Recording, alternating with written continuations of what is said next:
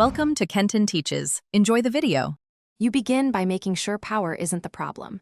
Charge both the AirPods case and iPhone.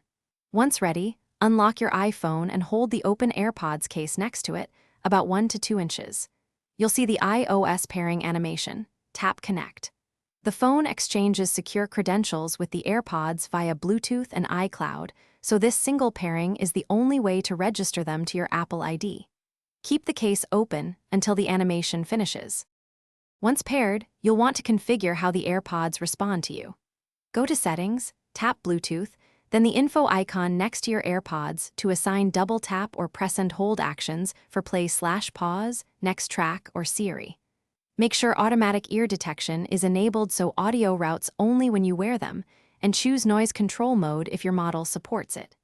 Use Control Center to switch outputs, adjust volume, or invoke the Live Listen feature.